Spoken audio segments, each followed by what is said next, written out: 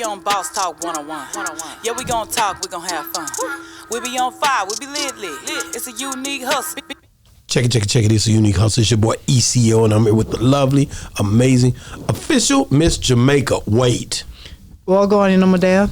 I want y'all to stop what you're doing right now. Go like, subscribe, follow us from all social media platforms. When I mean all, I mean our Facebook, Instagram, TikTok, Snapchat. You name it, we're on it. Just Google us, Boss Talk Podcast 101. We'll pop up first in line, I guarantee you. But let me tell you, y'all always hear in the street and talk about, man, I love what y'all doing. Keep up the good work. How can we be a part of Boss Talk? This is how you can be a part of Boss Talk.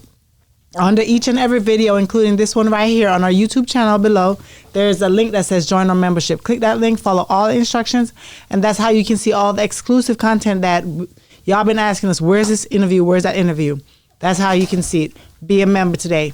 Thank you in advance, and we love you. Man, listen, we got a guy here today, y'all. He don't need no introduction, man. If you watching and y'all watch a lot of different things going on in New Orleans, man, if y'all hearing what's going on, who's saying what, you might have seen him on TMZ with you might have seen Birdman posted with him while they was going on a live. You might have seen him just in the vicinities in New Orleans with Master P or Kevin Gates or any of these guys, man. This guy right here, you could see him, just really pushing for the culture, for hip hop, just doing the things that basically need to be done.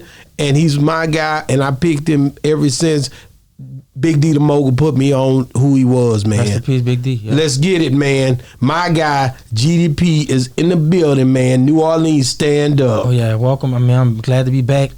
Always a pleasure being here with you and your wife, whatever, and all that. I'm in Dallas. Man. Came back down, whatever, so it's about that time. I've been trying to get you back in here. I was kind of getting upset. I was like, man, this nigga ain't coming back. What's up with this nigga? I said, man, that nigga done cut me off. He ain't posted Boss Talk in a minute over there. I guess I ain't working hard enough. Oh, let me go. I guess I got to go in my bag. Let me pull some Mac out. Let me go pull some little Soldier Slim out. Let's talk about Lil Wayne, man. Let's go on and get in our bag. And that's what I did. Yeah. I grabbed that clip, and that clip doing good right now, too, with that Little Soldier Slim clip. And Yeah, man. Shout out to my boy Lil Soldier Slim, man. And just everything he doing. He got a whole dope movement going on right now. Right now he got a song that's about to come out.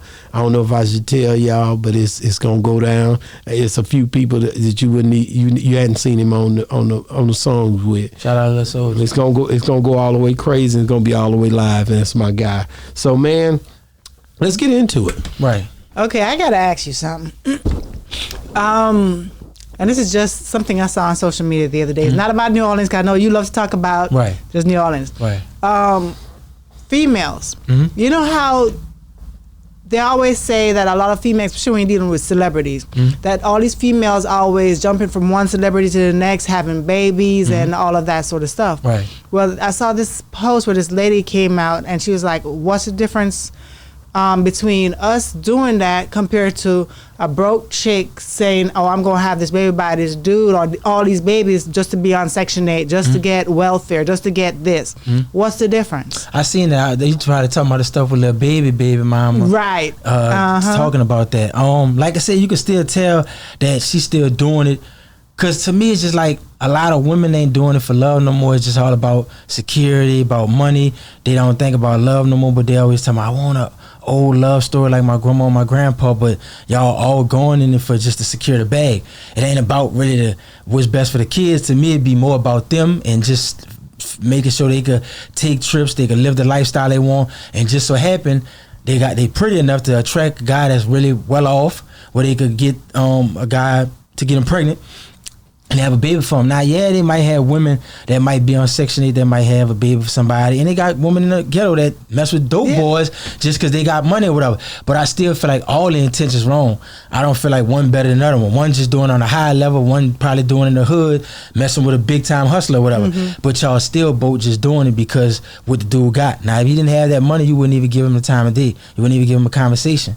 So I just feel like them going about it that way, it just show that they just purely gold diggers. But they got some dudes that go after them type of women, so when they exploit them and do that for them, they get what come with that and all that, because you know she only gonna like you because you're money, and you only probably liking her because she got a big ass. But do you feel that women are so insensitive or cold where yes, they want to just secure the bag, but once they have this child, they're just not gonna care about this child.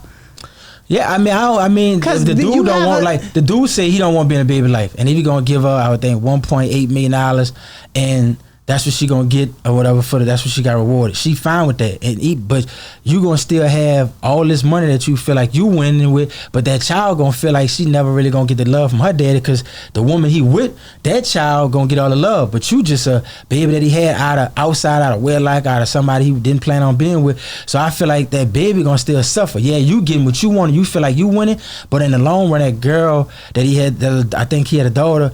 That girl ain't gonna never get that kind of love. Now, baby do what he do with his son for her, but I just feel like everybody she go after when she dating these dudes, they already know she coming. But a lot of women out there.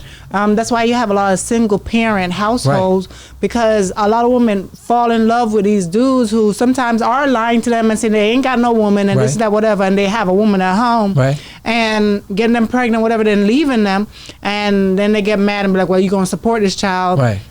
But sometimes they do. If you're a celebrity, they put you on child support because they're going to take you to court. But if you're not a celebrity, you ain't got that money, then, they get stuck. Right. I feel like it's still bad when a dude tell a woman all these things and wine and dine and lie to her, finesse her, and then get her pregnant and then leave her, like Pac said, leave a young mother to be a pappy and all that stuff like that. So, of course, it's wrong when you take advantage of anybody and you don't plan on really being with that woman, and you had, I think, you loved her and you was genuine, and you betrayed her and all that stuff, and that could be hurtful. So some women feel like, well, I'm gonna just, people using me, so I'm gonna use whoever, and hurt people. I don't feel like that's the way to go about it. But when people just strategically only date celebrities or people that got money or hang at clubs just to be around dudes that got money to come up on a check, like your heart is in the wrong place, is not being pure, whatever. You're not looking for love. You just, all you see is dollar signs in your eyes.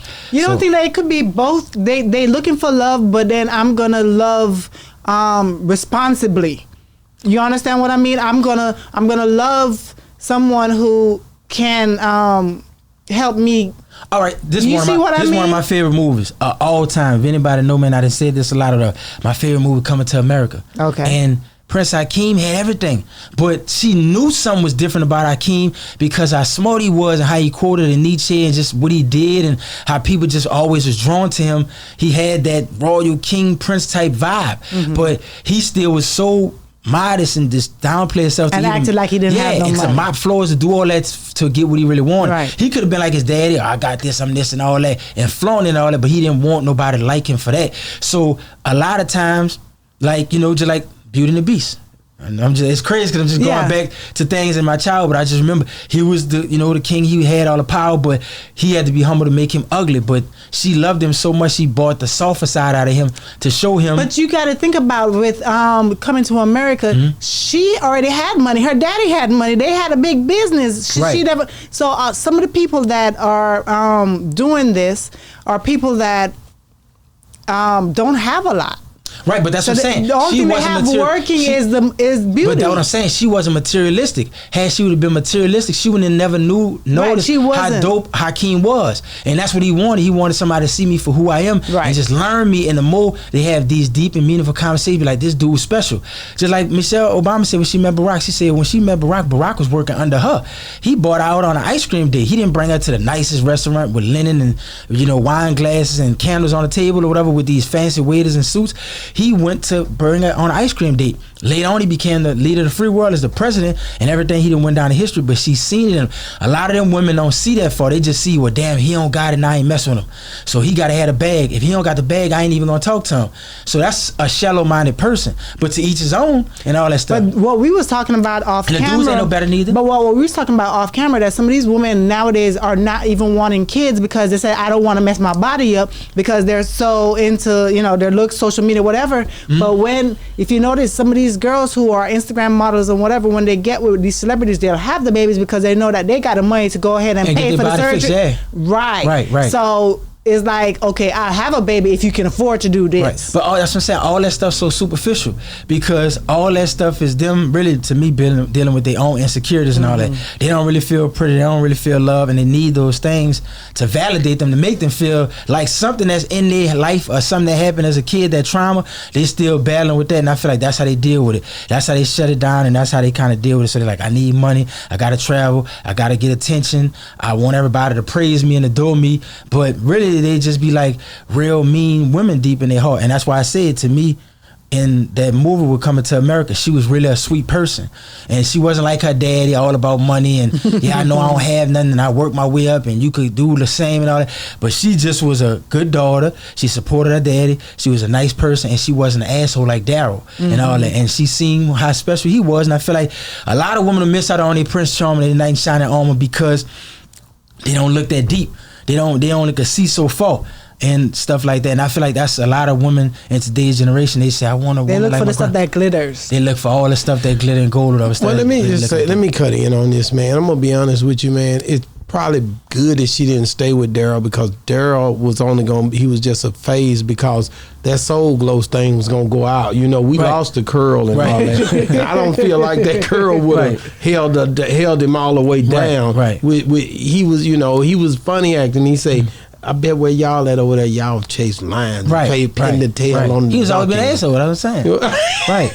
Yeah, and he said why the man bowed down to him and all that stuff like that and all that. You know, when he saw him at the game and all that. Hakeem was never a person that looked down on people and made people feel bad, made you feel like there's a lot of people that them type dudes that marry these women, get these women pregnant with all the money, act like assholes, they treat everybody bad, you know, they got power, nobody can't tell them nothing.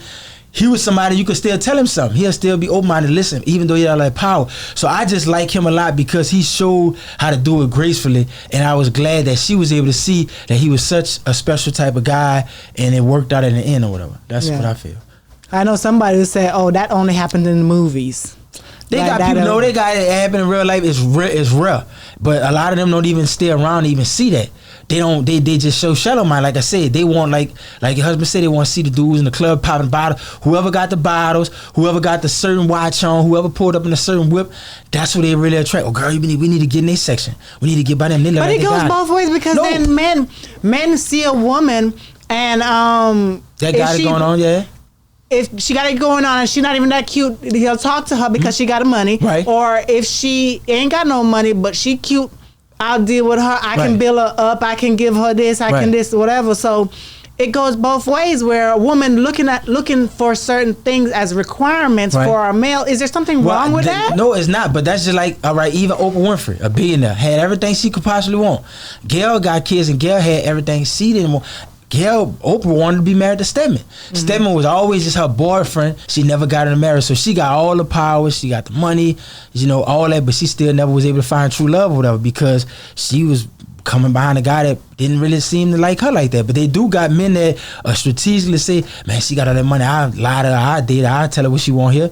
So yeah, it go both ways with her, but I still feel like if a man do it or a woman do it, it's still not right. Your intention's not, you're not doing it in a place of love. It's just for financial gain. But then sometimes if your intentions weren't right in the beginning, you don't feel like life can come around full circle where you eventually fall for the person and love the person and get to know them so much where it's like that no more? It's possible. Anything possible that could happen and all that stuff like that. But I mean, if you knew that going into it with the person, you probably have cut it off. You would be like, damn, you really was coming at me like this, but you just fell in love with the ugly duckling after a while or whatever, you know?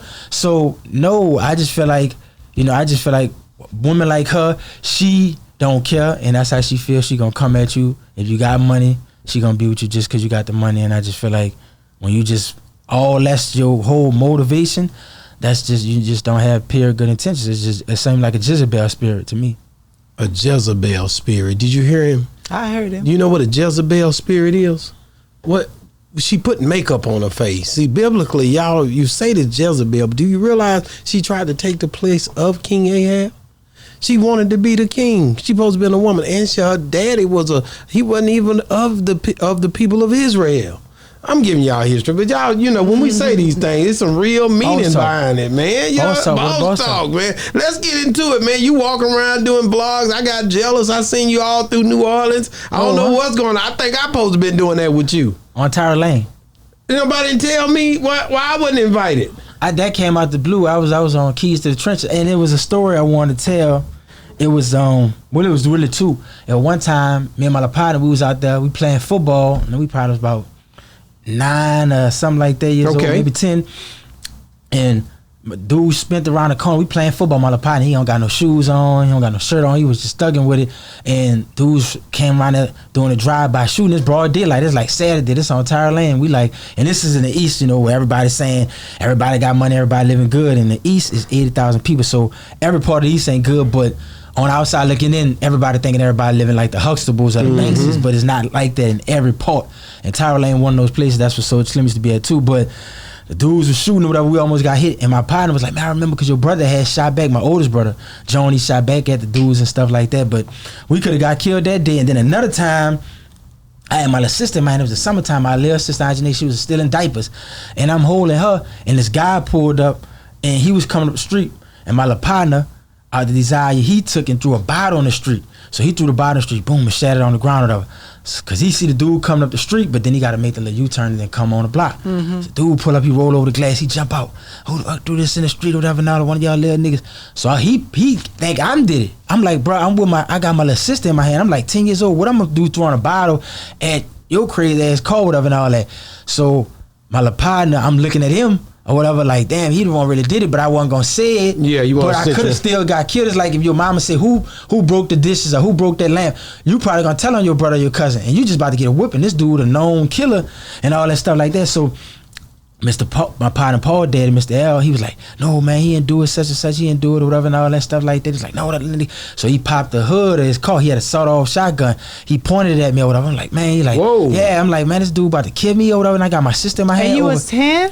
I was 10 years old, whatever. Yeah, wow. I was 10 years old. The dude wound up doing prison time, or whatever. After that, on some other shit. Was it the first time somebody would pull a gun on you? That was the first time. But I got a gun put on me before.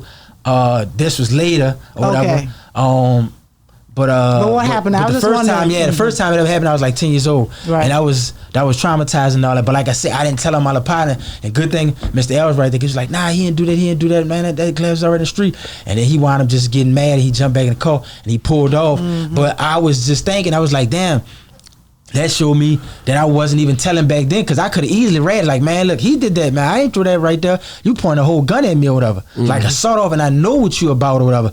But I ain't sitting all he this happened on Tyra. He would have shot that kid though? Man, hell, do I think he would have shot me? Man, that dude been ignorant or whatever. He been hitting shit up or whatever around there. So his dude was crazy though. Kid though. Yeah, I mean, he didn't seem to care. He popped the hood like I was. Yeah. Like we was in Compton or something. Like, it felt like I was on Minnesota or some shit like that. But like I said, thank God Mr. L was out there, because had he not been out there, y'all probably wouldn't be talking to me right now, whatever. Now they was like, man, dude shot a little kid over. What? So that was on Tyra Lane. So man, that's crazy. What's going on with my boy, man? YD the illest man down there? How's he doing? YD doing good. He was just in LA. I saw him another day. He came over there. Eating good and stuff like that. He was out there in LA, still been just working hard, doing everything. Dropping some music? He been dropping new music and stuff like that, getting on all the big blogs and stuff like that. And him and Rod 49 been locking in or whatever. So I know he been like helping him out with things and stuff like that too. And he's just been doing what he been doing, just trying to stay consistent and just stay out there. So he been doing good. His followers steady going up. Fan base steady going up, streams steady going up, still making money. Diamond shining. Johnny got him right in Texas. He said he pulled up. How do you? Okay, who else is there? Anybody newer than him that you can think of? Because you be in the streets, you be listening, and people be sending people your way of telling you about things. And like I said, that's like the main person. Like main person. It's a lot of people, bro. And I be wanting to say a lot of times, but when you say something, you didn't say this person name, you didn't say this person name. And when I was doing that all the time, it's like nobody didn't even really care. If I don't sit there, watch the whole interview just to hear this little part, and then when I don't say a certain person's name, they get mad. I really hate to really drop names, because like when you don't say a certain person's name, they feel like you hating, you don't up with this person, or well, you don't see us, or you sleeping on this. I think that's one of the hardest things to do. when you want to really do it and be genuine, because everybody's still gonna always act like you sleeping on this one. Man, you ain't say his name or that name. I ain't gonna lie. Being a blogger, I think that's one thing I hate the most, because they'll never be appreciating that. I feel like. You know, man. Listen, man. People watching you, they want to be seen. They feel like you the gatekeeper to a lot of stuff that they do, and they put you in this box to where it's like, man, he ain't letting us in. You know what I'm saying? He acting as if he don't hear us, and he know he see what we doing. Well, that's what I gotta say about the gatekeeper shit. Like I said, I feel like with the internet is enough for everybody to get out there. Like Dolph said, you can take a phone and make yourself hot. They got a lot. If you got talent, that shit gonna shine through. If you could get on there and sing like August Alsina and Jacquees used to get on YouTube in front of their webcam, sing, and that shit'll go viral. And you gotta just be creative and you gotta be good. Ain't nobody can hold you back in the internet era. I don't feel like that's even possible. If you really that good, people gonna hear you or whatever. It's gonna catch, it's gonna go viral. If you really that funny and you keep putting out funny videos, it's gonna spread. You cannot hold greatness or whatever and all that. Like, this ain't the Apollo days where you had to just be on a certain stage and you couldn't get on American Bandstand or Johnny Carson or Apollo or something like that. You wasn't gonna get heard. You could, if your video ain't on BET or the box, now you got YouTube. Shit be all over. It don't even matter if it's on BET no more. We don't even care. It could be popping on YouTube. So I feel like if you good, the people gonna hear. But I feel like a lot of times when people be in a position like me that say certain stuff, I think people take it for granted a lot, and people don't understand the type of stuff we go through to even get in the position to even be able to be a voice at anything. You know, so but it's a lot of dope, talented people out there, whatever. It's a lot of people that's doing a lot of great things. What about producers? Black Mile, yeah, shout out. Cam Beamer,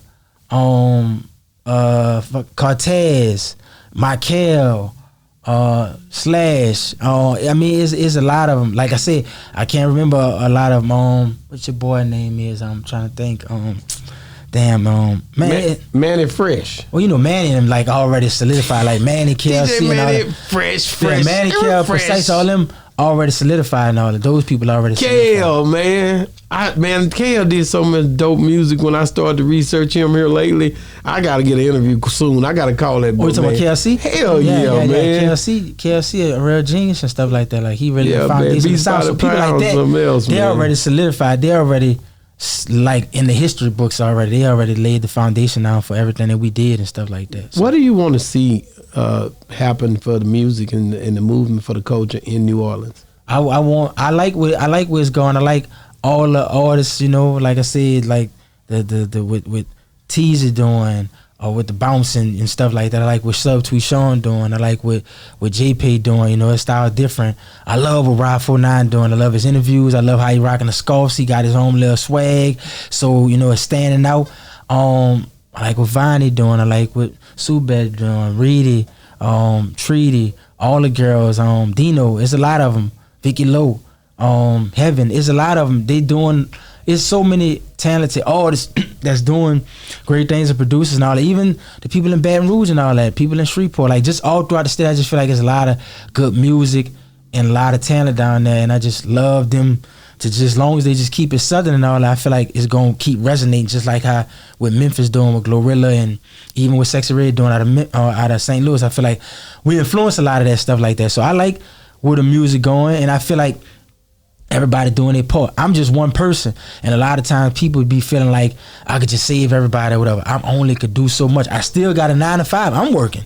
I'm still trying to wing myself out of bad situations. I'm still trying to pull myself up out of bootstrap. I think that's what the good thing about the music and all that. I feel like everybody doing their part, and I feel like everybody just making it all make sense and stuff like that. So long as they keep putting their best foot forward, being creative, being disruptive, and doing groundbreaking stuff, I feel like, you know, people gonna always, you know, love that kind of stuff. I know I'm hearing that music in the back of my head too, whatever.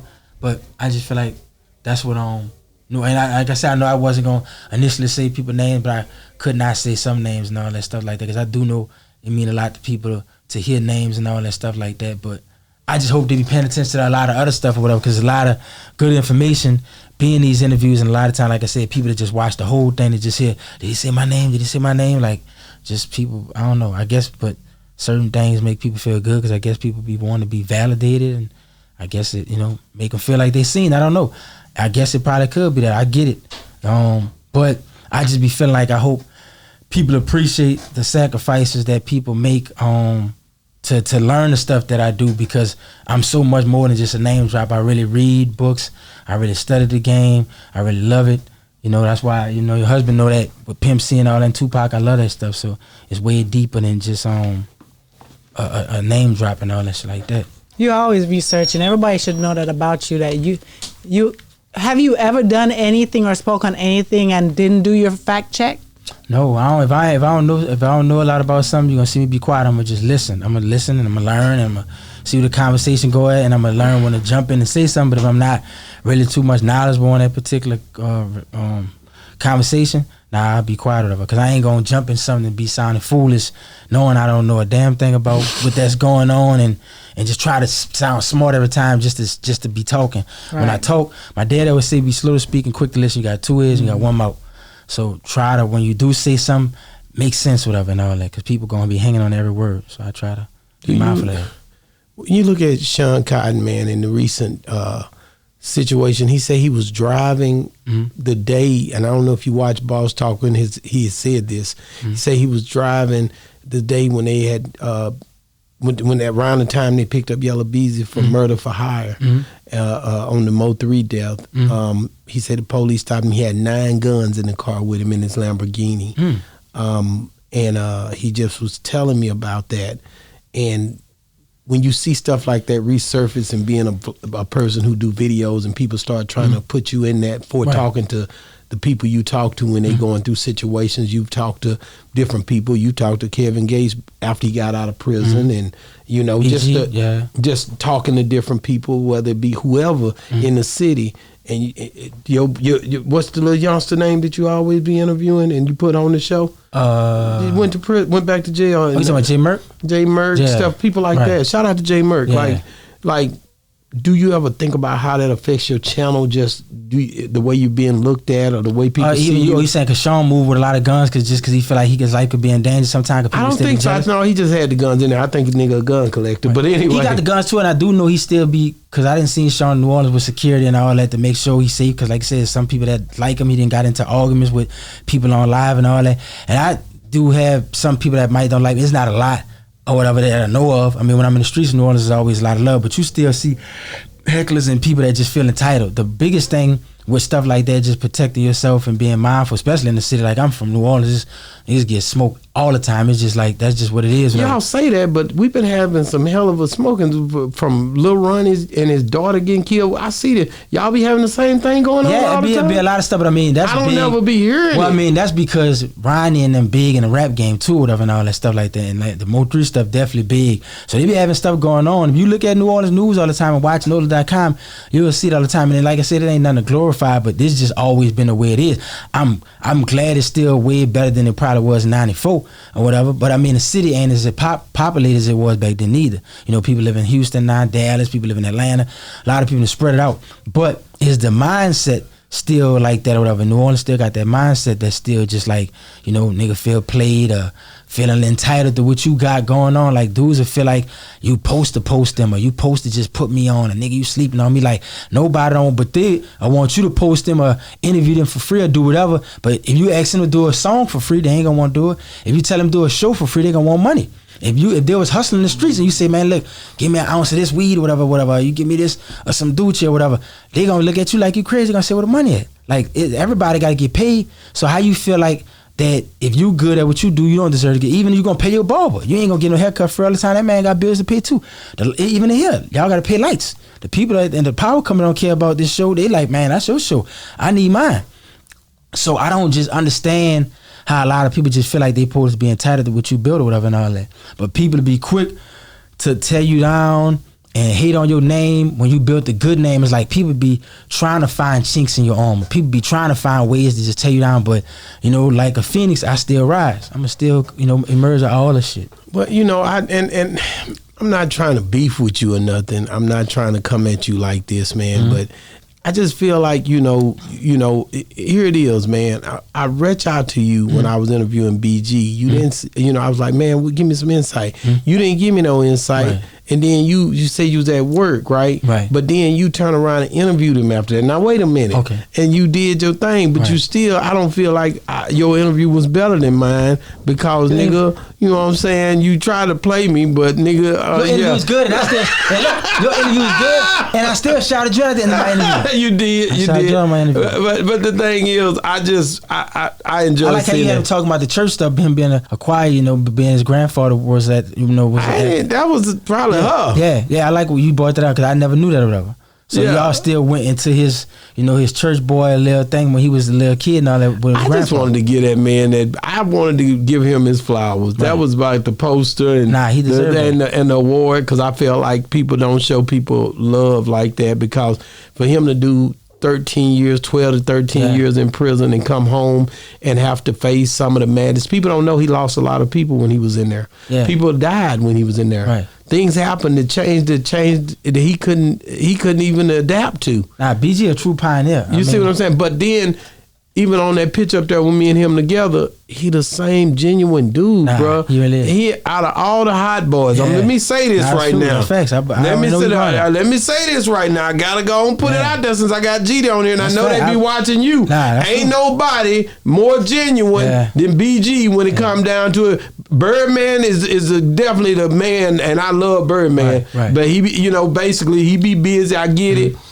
But man, I'm telling you right now, Birdman, like I said, ever since I started this show, I've been a Birdman fan for all this. This ain't got nothing. I'm telling you, when I met this dude, man, when I met BG, he acted like me, nigga, just like a regular nigga. Right, but this yeah. was years ago. Right. And then when I seen him this time, he was the same dude. Nah, bro. he definitely grounded. He I told him that real too. chill. He Yeah. he don't think about none of that stuff, Right, man. right. And I didn't realize how much he was the same until I got back That's why with he him. named his album Too Hood for Hollywood, because he really like a trench baby, like for real. Like BG really embodied the hood, the ghetto, and he never lost touch. And I think that's why he can still go in every ghetto across America and get loved and get embraced the way he do, because he is so down to earth, he is so accessible, and he really like to be with the people. Like even from Autograph, BG was out there after all these years down there in St. Charles. He was with the people. He was giving hugs, dabbing people off or whatever. So I think that's why, he been able to move like that. And New Orleans gonna forever love him because, he always stood tall from the beginning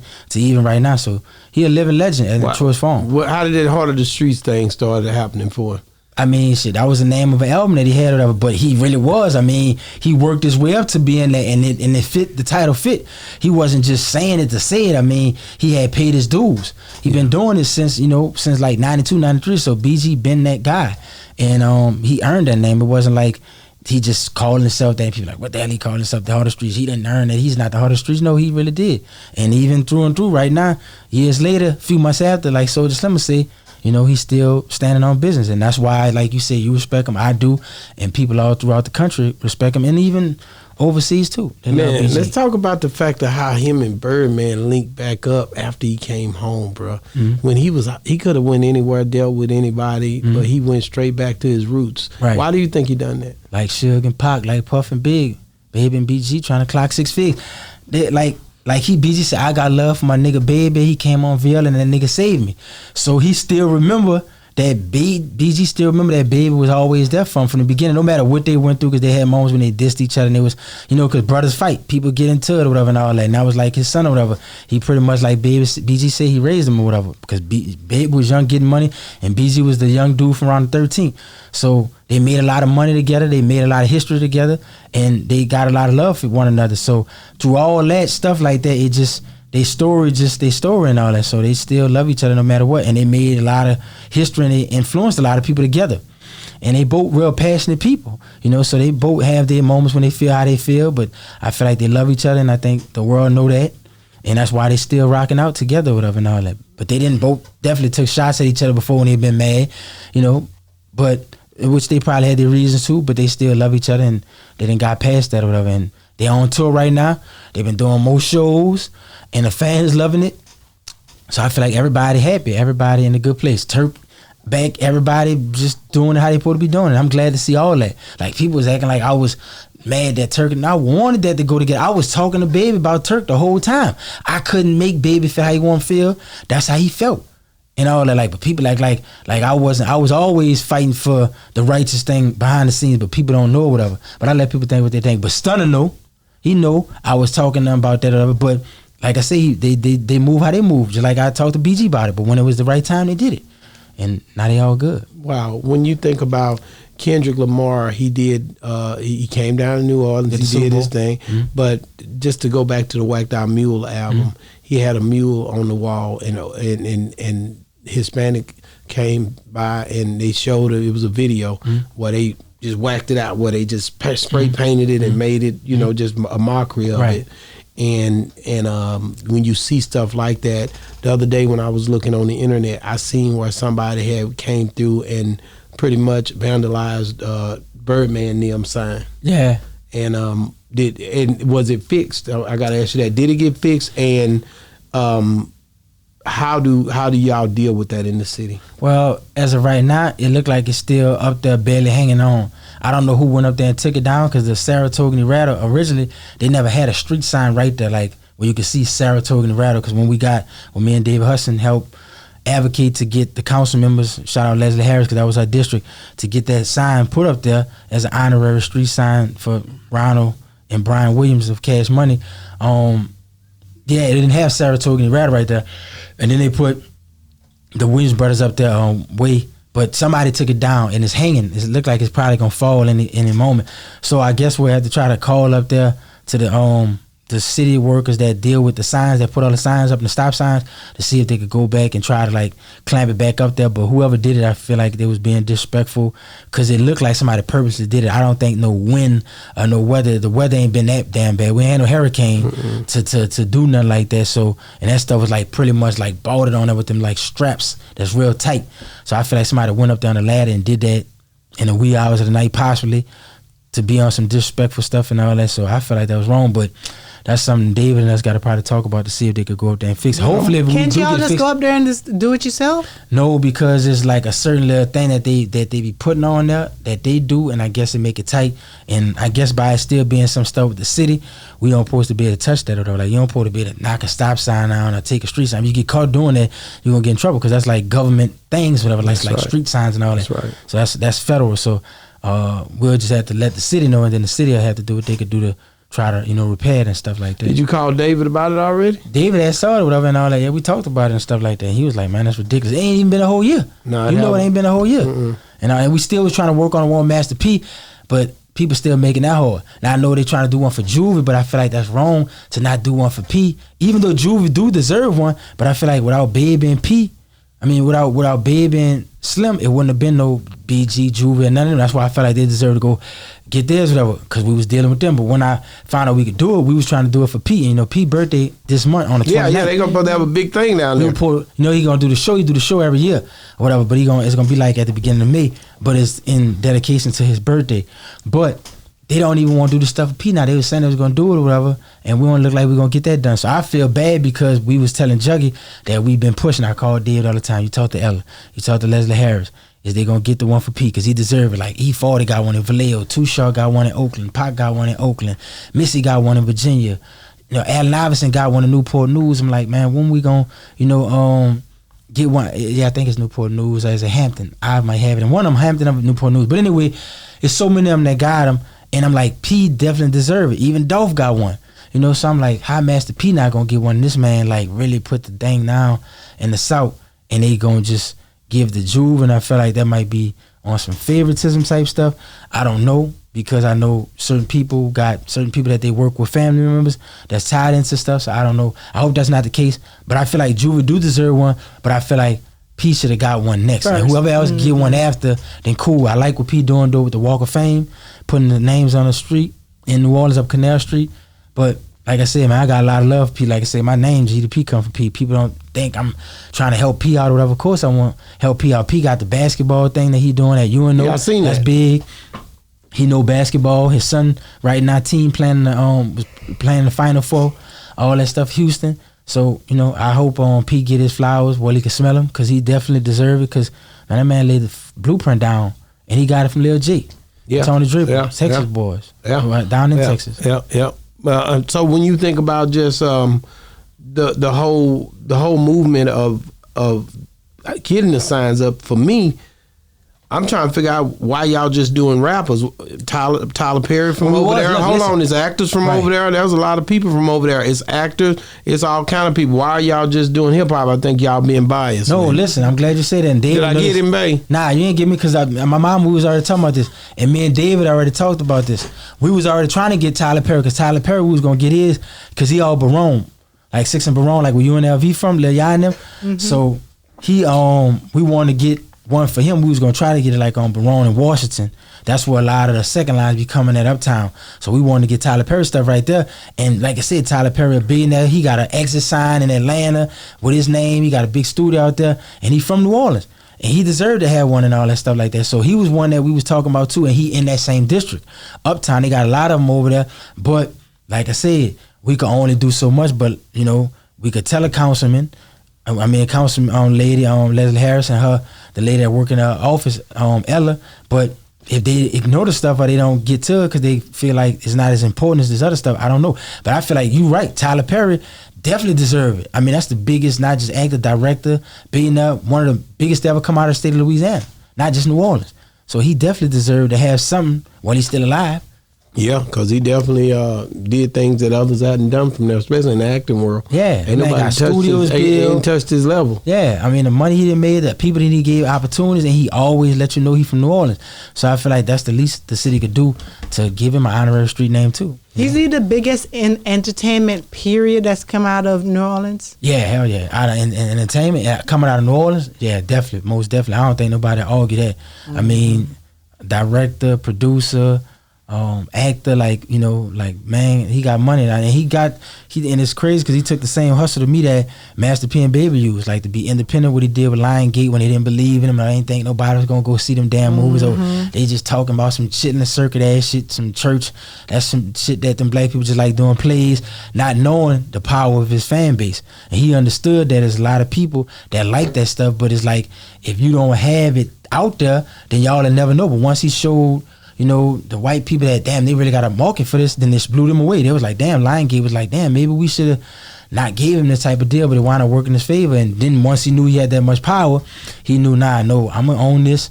Y'all gonna get in with me because I know what I got, and y'all gonna ride this wave, and I'm gonna keep building. And that's how he got what he got, and that's why he was able to build that studio on an old civil, Confederate base that was in Georgia, whatever. Now he owned it. One black man owned it when they had all them soldiers trying to keep black people in them fields and all that cotton fields and, you know, picking sugar canes and stuff. So why in the heck? You got to understand, man. You guys are doing the hell out. Y'all killing the music game, right? Mm-hmm. Why we can't get? I want to see, man. I've been wanting to see like the No Limit. I want to see everybody come together down there, and I know they talk about it been all this stuff that went on. I tell Silk Shock at the same time every time. Mm-hmm. I want everybody to come together. Mm-hmm. You know what I'm saying? I really do. I'd like to see it be a big, you know, right. Like, have it ever been something like that where all of them came down there and just everything was going down at the same time? No, I feel like it's gonna have to start with Baby and Pete.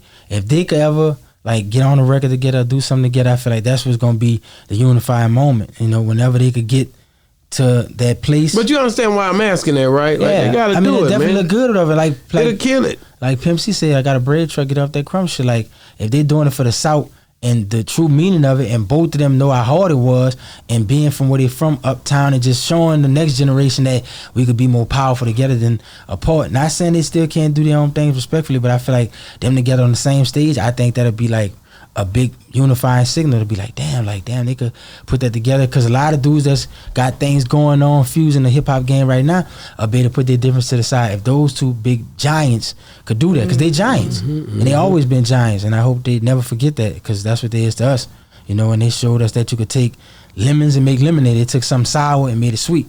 So yeah, and they both inspired me. Matter of fact, all three of them, because I look at, like I said, Babe and Slim is one, but both of them and P. You know, so I feel like, man, Slim, man, he don't get talked about enough because of the way he moves. Jank. Mm-hmm. He real move, you know, and I think Wayne said it best. Real G's move in silence. Yeah, like real G's move in silence. You know what I'm saying? Like, I remember Slim said before, like real lasagna. power. Yeah, he said real power You don't have to see. Say, put your hand in that wall. That's and you right. gonna feel it. He said, but you don't see it in there. But put your hand in, you gonna feel it. So He right. you ain't there always gotta feel it or see it to know its power there. Cause you don't gotta always be the loudest person. It's just the way you think. And Slim real strategic, and he thought out. And I feel like Baby said, his brother is his balance. And sometimes you need that yin and yang. It's just like you and your wife. It's like two different styles, but the contrasting styles matter together. Like Babyface and L.A. Reid, they complement one another. Rick Rubin and Russell Simmons. Rick make the beats and do what he do with the artists. Russell know how to make it happen and know how to market it and make it make sense. So together, you know, it was beautiful. Whatever. Dre knew how to make the music. Suge knew how to make the Death Row image look what it was, and Death Row become a polarizing label in the beginning of the 90s, in the mid 90s. So I feel like those people matter and they important and they balance each other out, and Slim and Baby definitely balance each other. And I learned a lot from studying them. Well, you studied them, but I still ain't got my interview yet from Birdman, and I've been promised the interview from Birdman, and me and him we talked when I was in Vegas. Right. We got on the phone again when I was with BG. I'm ready for my interview, and I think it's coming. I really do. Right. Yeah, I hadn't been really pressuring it, but you know me, when I get aggressive, you know, I'll be in Miami hanging out with him. I think that what I said. If I go to Miami, you got to pull up the hit factor. All I got to do is tell him I'm coming. Yeah, if I tell him I'm coming, I think now he ready. I think he ready. I want to do it down there. Tell him you're gonna come to Miami. You know. I come. You know, I was down there before. Right. I go down there and do it. I want to have him here though. We talked about bringing him here. Right. So like I said, it just I be moving, you know, and grooving. Right. The show is going crazy. You know what I mean? But Birdman is one of them ones, man, that I got to get in here, man. Another one I like Jay Prince. You know, it's certain ones that I respect a lot, bro. Like it's some people, man. Willie D, another one. I love his show, and it's stuff like that I look at. You know, that the core. You know, I just got through interviewing Slim Thug last night, and like, man, there's some dope people, man, that I want to see on the show. Yeah, I'm glad, and like I said, I do feel like they come on the show, tell a story, because all this stuff you documenting is information, and a lot of people learn from these stories and be like, damn, I didn't know they went through that. They had these moments when they doubted themselves, or they was trying to figure it out, and then something happened. So to hear these stories, it'd be good to us, because we feel like, man, we getting all this free game because Boss Talk bringing all the players in to have these dope conversations and all that. And that's what made me a fan. When I first saw y'all, I was like, damn. We gonna keep bringing them too, man. It ain't. I mean, don't get me wrong. I just mentioned those names, but it's a lot more. It's a lot more. I'm talking to a lot of people, bro. Right. A lot of the historians. I got people coming next week. You here? I mean, it's gonna continue to go, and it's gonna continue. So it's gonna happen. Don't get it twisted. But it's just, we just basically, whether we in town or whether we linked with the right people at the right time, and the stories are coming out anyway, because a lot of these people are linked together so much. You know what I mean? Like, I was happy to get BG. You know, it's been a few times I've reached out to certain ones.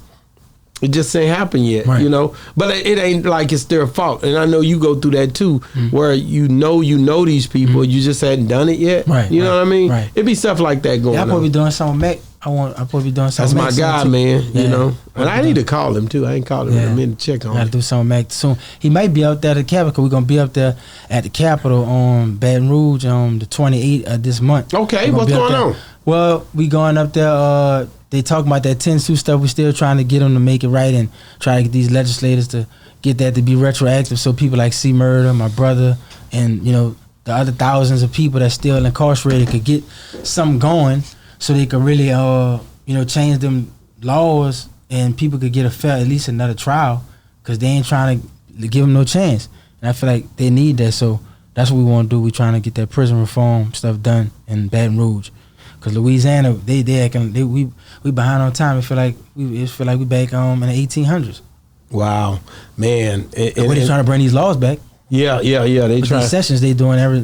I love the way you keep you always pushing and trying to get things to go better, especially with your brother being in prison. Right. I think that's big, man. And you fighting to try to get him. You know, almost 16 summers now. 16 summers. Yeah, almost 16 summers. Man, you talking 16. My boy Kiki did an album 25 summers. See what I'm saying? Yeah, because that's how many. Well, hopefully I got to do 25 summers. Shit. But yeah, it's been a long time and all that. And ever since he been incarcerated, I've been fighting. And like I said, you get pulled into certain work that you don't know. Like what his name was, John Walsh, when he did America Most Wanted, his son got killed and kidnapped, and that made him become passionate about helping people find these bad people and all that. And the same thing with me or whatever and stuff like that. I've been trying to help, you know, with my brother and all that stuff like that, and just trying to do stuff with a lot of dope artists, even though some people might not like certain artists or be jealous of certain people being on my page for whatever reasons, but they good at what they do and all that, and I can't help that they good at what they do.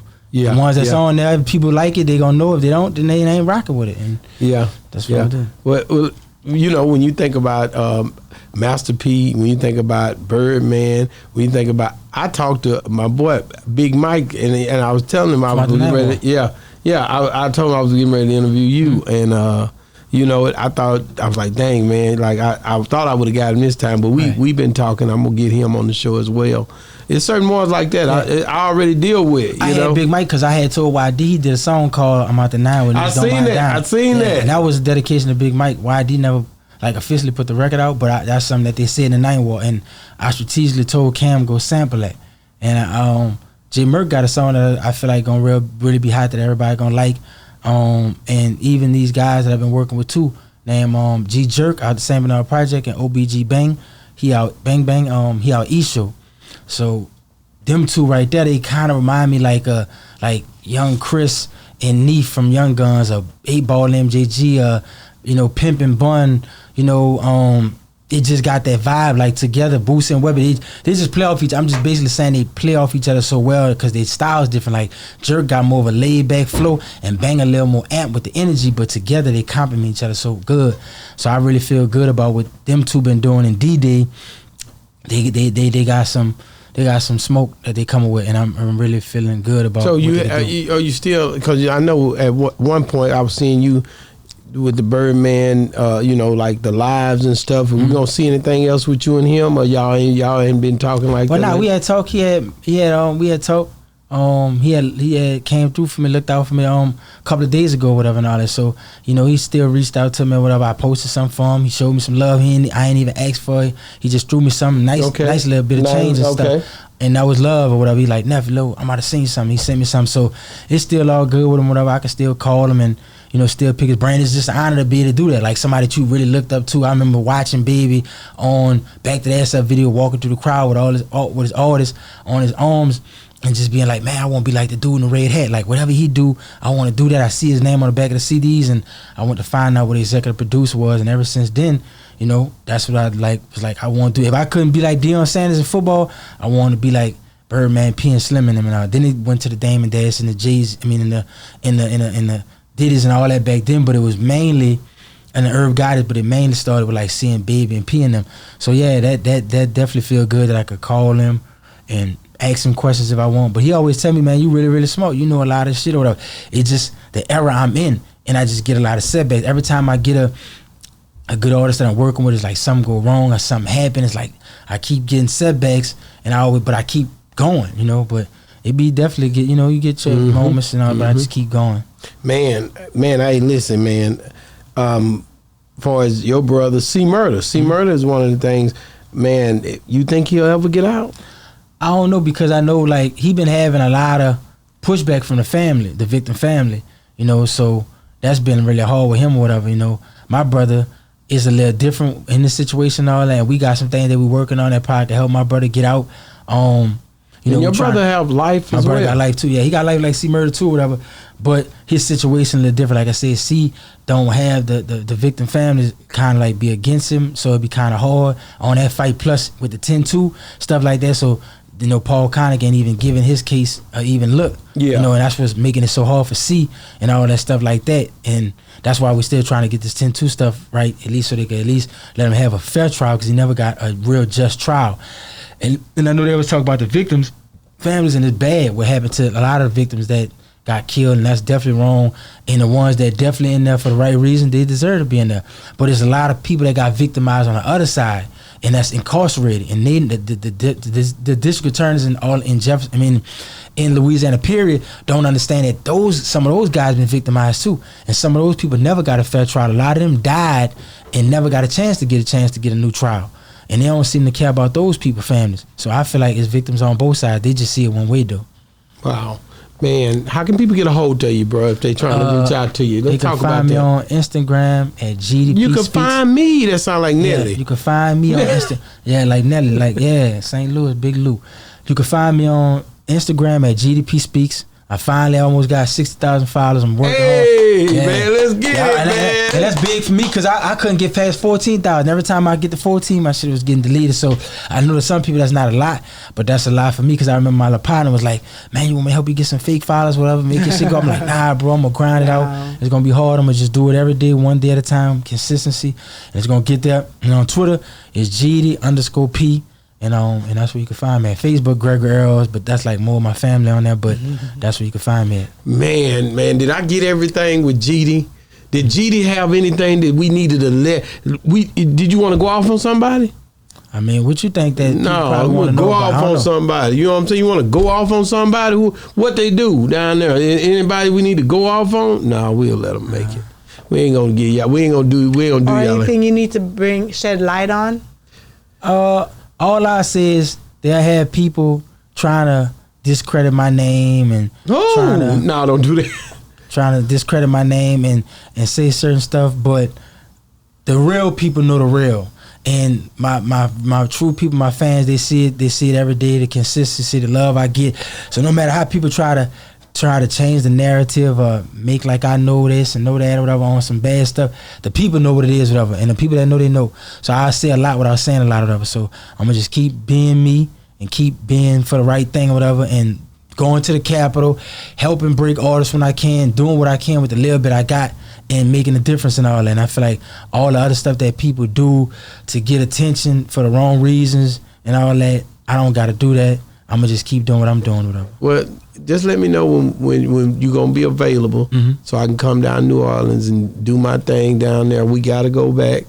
We always want to show love to New Orleans from Boss Talk 101. Y'all been doing that. Let me tell you something, man, from Chucky to my boy Big Buff to my boy Kunta, all the people you done linked me with. Far as I love dealing with them. If somebody else like that, get them to me, because I like to hear the stories, man. Yeah, I know the prison thing, man. I told you that. Yeah. I'm coming down there. I always like to make sure to show the people who made it through, because God can help you to help them to make it home. You know, Sam Mac. I'm gonna try to holler at Sam Mac, and my brother partner name on Rob. My brother partner named Robert.